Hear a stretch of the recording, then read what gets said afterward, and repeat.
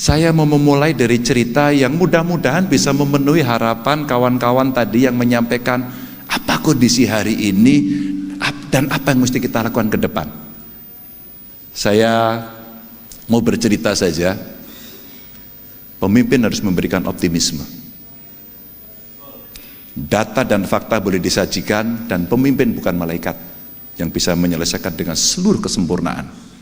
Tidak ada itu. Dan hari ini mungkin saya sampaikan bahwa Indonesia tidak terlalu buruk. Track recordnya sudah jelas. Bahwa ada problem tadi, korupsi, ya. Ada problem layanan publik yang buruk, nanti kita diskusikan. Dan saya ingin mendengar dan berbagi cerita. Karena di dalam tema itu diceritakan, dituliskan kepada saya bahwa nanti kita akan cerita apa mimpi depan dan apa pengalaman yang bisa dibagi. Saya akan ceritakan. Ketika kemudian ASEAN sebenarnya bisa menjadi pusat global value chain, sebenarnya pertemuan kemarin menteri-menteri ASEAN ya, dan didahului pertemuan menteri ekonomi yang kebetulan dilaksanakan di Semarang, saya beruntung bisa berbincang dengan mereka. Tapi berbicara di ASEAN rasa-rasanya butuh tendangan yang lebih keras. Organisasi ini bisa nggak ya memberikan nilai tambah kepada kawasan?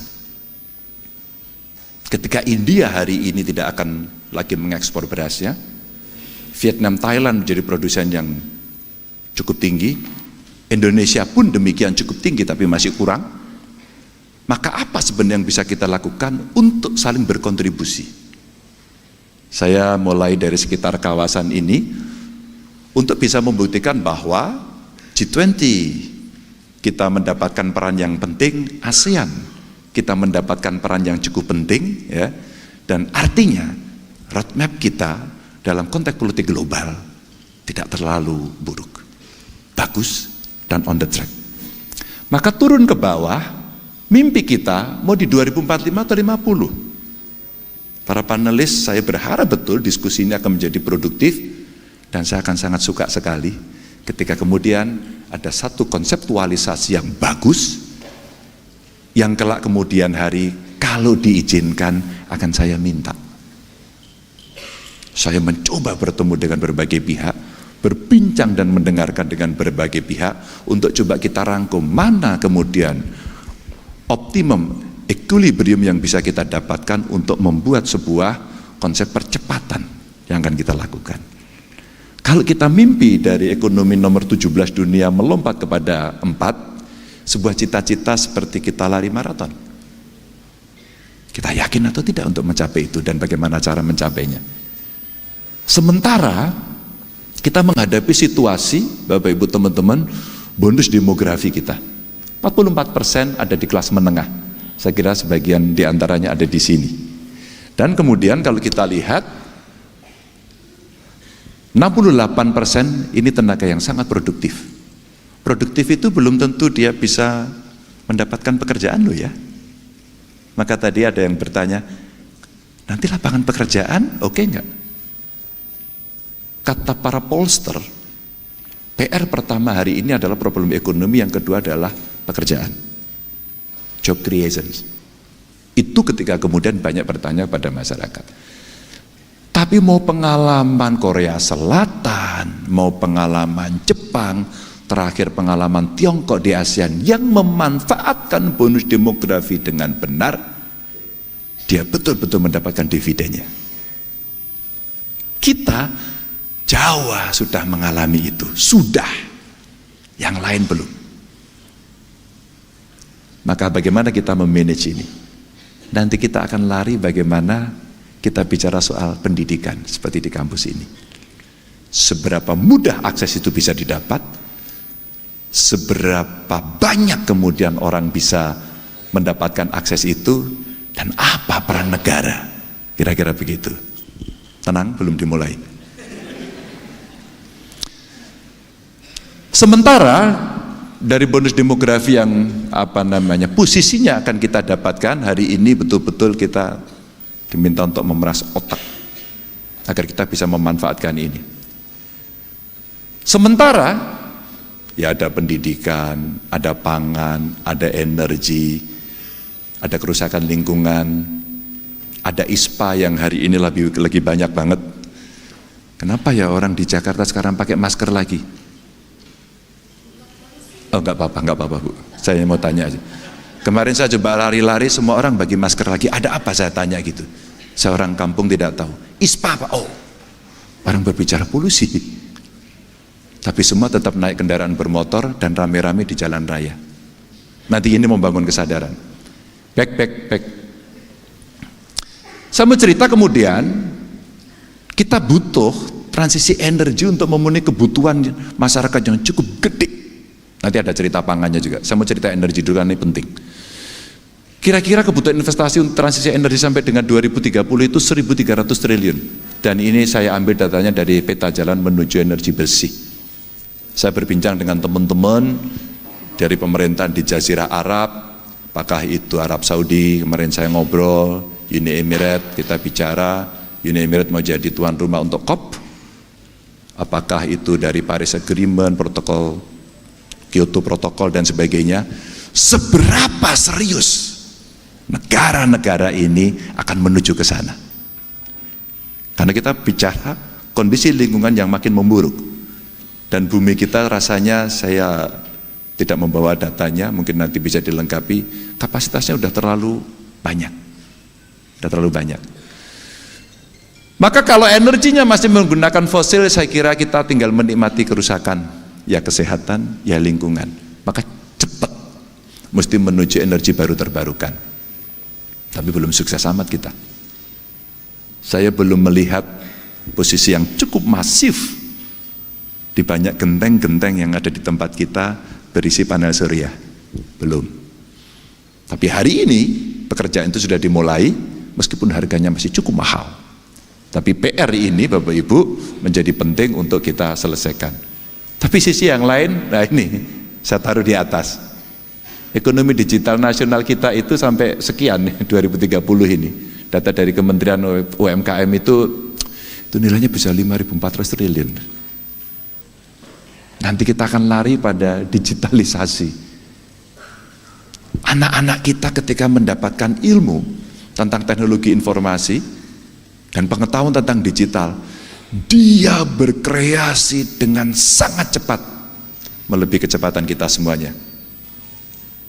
Saya baca beberapa bulan lalu, toko buku Gunung Agung bangkrut ya? Ada lagi. Saya lihat anak saya sekolah, Prof. Saya masuk ke kamarnya itu, gak ada buku itu. Waktu saya di Pascasarjana tiap hari, fotokopi terus. Terjadi pembajakan sistematis. Hari ini gak ada. Semua ada di sini. Hari ini tidak.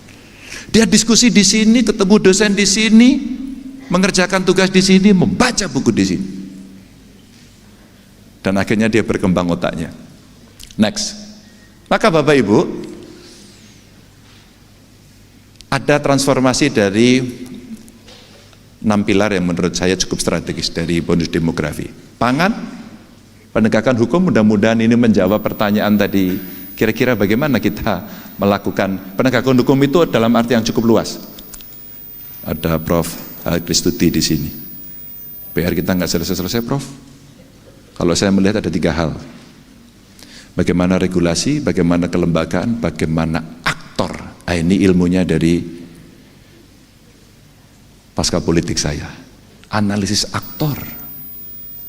Aktornya membeli, tidak jadi. Sistemnya bagus, aktornya membeli, dia akan pertahankan maunya dia. Bukan kata sistemnya, karena bawahannya nggak berani. Ada faktor lingkungan, energi tadi saya kupas sedikit, terus kemudian digital saya sampaikan, lalu pendidikan keterampilan, vokasi. Agar kita bisa mendapatkan dividen menuju Indonesia emas itu, ya negaranya mesti makmur, mesti sehat, mesti pintar, mesti produktif. Next. Maka Bapak Ibu teman-teman, next. Oke, boleh bangun sedikit. Makmurnya seperti apa? Pendapatan per kapita menjadi 2 kali lipat. Kita arahkan ke sana yuk. Saya makan waktu umroh kemarin itu ketemu orang, Pak saya orang Indonesia Pak, berapa gajimu? 32 juta. Kamu dapat apa lagi? Saya dapat apartemen, saya dapat kendaraan, saya dapat jaminan kesehatan. Kamu merasa makmur gak? Makmur Pak. Simpel. Tapi kalau kita mau membawa orang-orang seperti dia dari Indonesia keluar, maka dia harus punya skill yang bagus. Gak ada yang lain kecuali pendidikan. Kalau kemudian pendapatan per kapita naik, mahasiswa belajar gampang, akses gampang,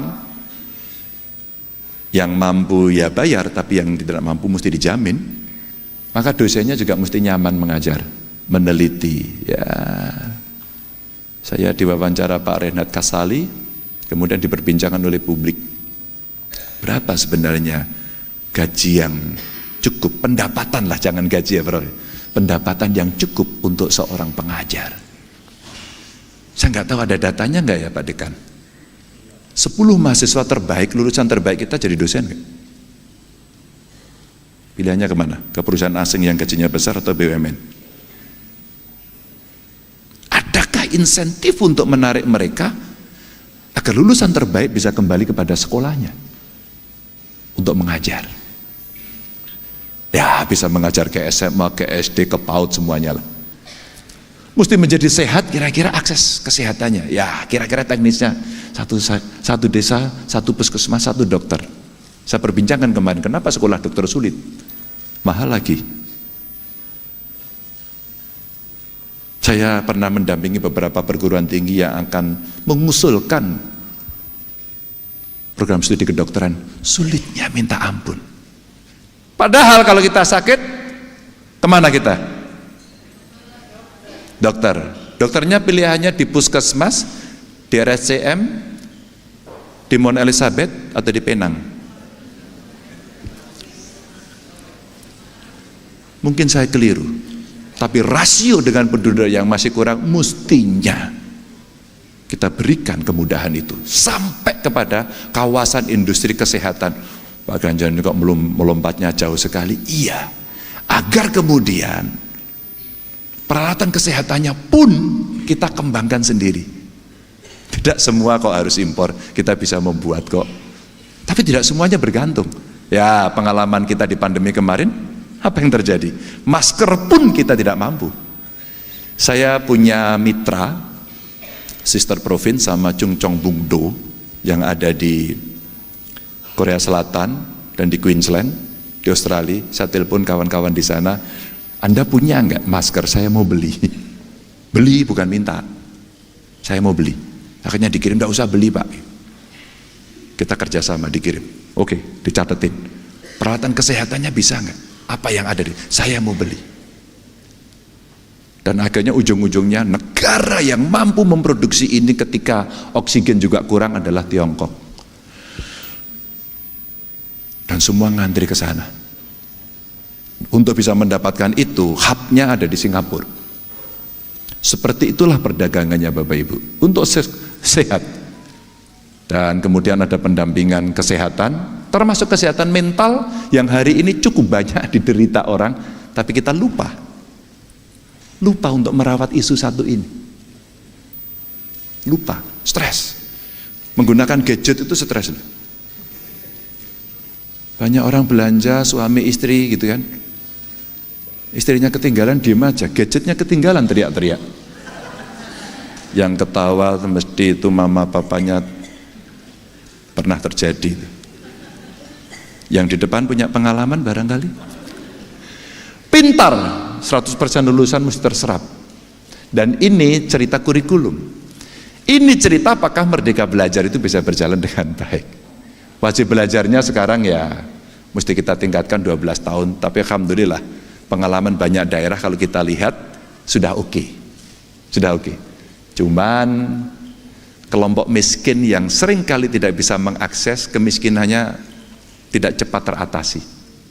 Saya punya pengalaman soal ini, sehingga sekolah kemudian menjadi pintu paling bagus untuk kita bisa menyelesaikan itu. Produktif. Ini saya mendapatkan satu video bagus, satu rumah tangga yang mendapatkan aliran listrik, ternyata tidak hanya penerangan yang dia dapat, produksi dengan keterampilan yang sangat sederhana. Dia maklun untuk membuat industri mebel, untuk membuat baju, dan hanya dengan modal listrik. Sederhana sekali Bapak Ibu. Dan tentu saja anggaran penelitian dan inovasi. Atau cukup nggak ya? 1% dari PDB. Cukup nggak ya? Waktu ke Samsung saya tanya gedung di belakang itu gede tinggi amat apa? Bro, saya bilang gitu. Research and Development. Gedenya minta ampun. Dan hari ini saya kira Samsung sama iPhone bersaing kuat sekali di pasar. Dengan pendatang baru Huawei yang nanti akan bersaing. Karena Research and Development. Next. 3 fondasi 7 strategi. Tapi kalau kita mau menyelesaikan PR-PR besar itu Bapak Ibu, anggaran kita cukup nggak? Semua nggak ada anggarannya Pak, ya karena nggak kreatif. Judul saya adalah melipat gandakan anggaran. Saya butuh sebenarnya ruang ini di Fakultas Ekonomi UI. Saya butuh kemudian mendapatkan bagaimana cara kita melipat gandakan anggaran kita. Bagaimana APBN kita kalau hari ini 3 ribuan menjadi 6 ribu. Gimana ya caranya? Itu berat Pak, ya kalau itu bukunya buku lama. Kalau buku baru tidak. Saya yakin pada soal itu. Karena on the table ekonominya kita bisa lakukan. Digitalisasi pemerintahan, membasmi korupsi, membangun SDM yang produktif, stabilisasi harga pokok, menghapus kemiskinan, perkuat jaring pengaman sosial, hilirisasi industri menuju kelas dunia, dan ini butuh SDM, jangan hanya teriak-teriak ya. Itu banyak pegawai Cina, diusir Pak. Pengalaman di Jawa Tengah dulu gitu. Ya udah kita usir aja besok pagi. Tapi kamu bisa gantikan nggak? Kalau saya bicara belak-belakan, nggak ada kita bicara. Oh iya ya nanti kita akan bicarakan kesuwen. Itu namanya orang sat-set gitu. Meningkatkan nilai tambah infrastruktur dan mengembalikan alam ini untuk membalance. Lanjut. Bidang tenaga kerja yang tidak sesuai dengan jurusan itu 53,3%. Contohnya saya. Lulus fakultas hukum, tidak kerja di dunia hukum, jadi anggota DPR. Tapi politik nggak ngerti, makanya saya kuliah Prof. Itu sejarah saya kuliah, jujur aja begitu. Ini politik itu apa toh gitu. Ternyata tahulah dari itu. Upah di bawah UMR masih 49%, tingkat pengangguran terbuka 5,83%. Maka membangun SDM produktif, prioritasnya menurut saya sekarang sekolah vokasi. Saya punya cerita ini kalau Anda tertarik nanti. Investasi dan hilirisasi untuk lapangan kerja yang berkualitas, job creations. Meskipun entrepreneurnya mesti kita ciptakan. Mata kuliah yang sesuai dengan perkembangan teknologi ini adaptif. Saya ngomong sama perusahaan, mau nggak Anda ngambil sekolah vokasi saya dan Anda membuat kurikulumnya? MKDU-nya tetap saya. MKDU-nya tambah satu lagi, teknologi informasi. Coba nanti dimasukkan. Dan ini perbandingan peserta didik saja. Indonesia, Tiongkok, Korea, ya ini kondisi SMA, SMK-nya, ya kita tidak ada yang menang. Perguruan tingginya kita juga tidak ada. Jadi itu sekedar untuk data bacaan Bapak Ibu teman-teman. Lanjut. Maka bagaimana kita memperkuat jaring pengaman apapun namanya, kalau semua sudah kita berikan, ya pasti gapnya masih ada. Mesti ada jaring pengaman agar kemudian tidak terlalu senjang begitu. Tapi Bapak Ibu, saya gemesnya gini. Ini soal angka saja, bagaimana kita meningkatkan jaring pengaman itu untuk sosial dan kesehatan. Tapi sisi lain sebenarnya yang harus dapat ini siapa?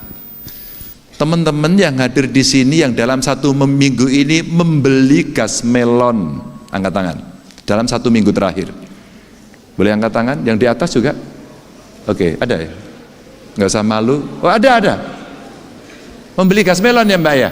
Iya, ada. Tersedia. Gampang. Anda orang miskin? Alhamdulillah hanya 1 yang angkat tangan di sini. Saya mau ngasih cerita saja konkret, maaf, jangan tersinggung, ini hanya untuk candaan saya saja. Itulah yang terjadi, padahal udah ditulisi. Karena data kita, satu data Indonesianya belum fix sampai hari ini. Ini PR-nya. Perluas jangkauan dan tingkat akses kesehatan sudah saya ceritakan, tapi basisnya mesti satu data. Next. Bapak Ibu, maka suka tidak suka, kurangi emisi gas rumah kaca itu adalah transisi energi. Kalau kita kemudian sudah mau dan bersepakat, mari kita mesti melakukan bareng-bareng. Kalau itu tidak kita lakukan, ya kita teriak aja, teriak di sini, ada defense mechanism yang kemudian semua membela diri. Ini mesti menjadi gerakan. Ya, ekonomi hijau, ekonomi biru hari ini berjalan, ekonomi sirkuler akan dilaksanakan, ya. Laut kita belum kita kelola dengan baik, maka ini PR. Yang kelak kemudian coba kita bereskan. Detail dari ini saya bertemu dengan pelaku, saya juga bertemu dengan kawan-kawan peneliti, saya berbicara dengan mereka agar kemudian mereka bisa menyampaikan masukan mana yang kira-kira ini betul-betul bisa diimplementasikan. 2 slide lagi. Berapa menit bro? 5 menit. Oke. Lanjut. Kita mencoba satu modeling Bapak Ibu, pencapaian persentase energi baru terbarukan dari total produksi yang ada. Jadi ada skenario moderat, ada skenario optimis. Kalau 2023 menuju 2035, inilah urutan yang bisa kita capai. Ini paling moderat. Tapi kalau kita mau lebih optimis, ya kira-kira ini yang akan dilakukan. Bauran energi fosil dan bauran EBT-nya yang hari ini mesti berjalan. Dan itu butuh keputusan politik yang penting EBT ini. Karena saya pernah ketemu dirjennya, Pak, EBT-nya sudah sampai di mana? Belum sih Pak Ganjar. Yang sudah dirjennya di EBT terus. Maksudnya diperbarui terus dirjennya aja, keputusannya enggak. Yang diganti dirjennya, energinya belum. Ini cerita yang muncul untuk bisa kita selesaikan. Tapi Bapak Ibu, kayak ini tidak bisa dijalankan, investasi tidak bisa masuk dengan baik, pendapatan tidak akan naik kalau korupsi tidak kita hajar. Dan tadi 3 itu ya, menurut saya ini. Regulasinya, aturan kelembagaannya, sampai dengan kemudian aktor yang harus duduk di sana. Yang berikutnya apa? Pendidikan anti korupsi sejak dini. 35 bupati wali kota tanda tangan untuk dia mengajarkan pendidikan anti korupsi kerjasama dengan KPK. Saya tidak tahu apakah kelak ini akan berhasil, karena pendidikan butuh proses. Maka Bapak Ibu, ini cerita-cerita skenario besar. Maka kalau kita ingin mengambil kesempatan 13 tahun ke depan dengan bonus demografi ini, hanya satu kata saja, kita mesti lari cepat. Cepat. Kalau tidak, kita akan ketinggalan dengan yang lain. Wassalamualaikum warahmatullahi wabarakatuh.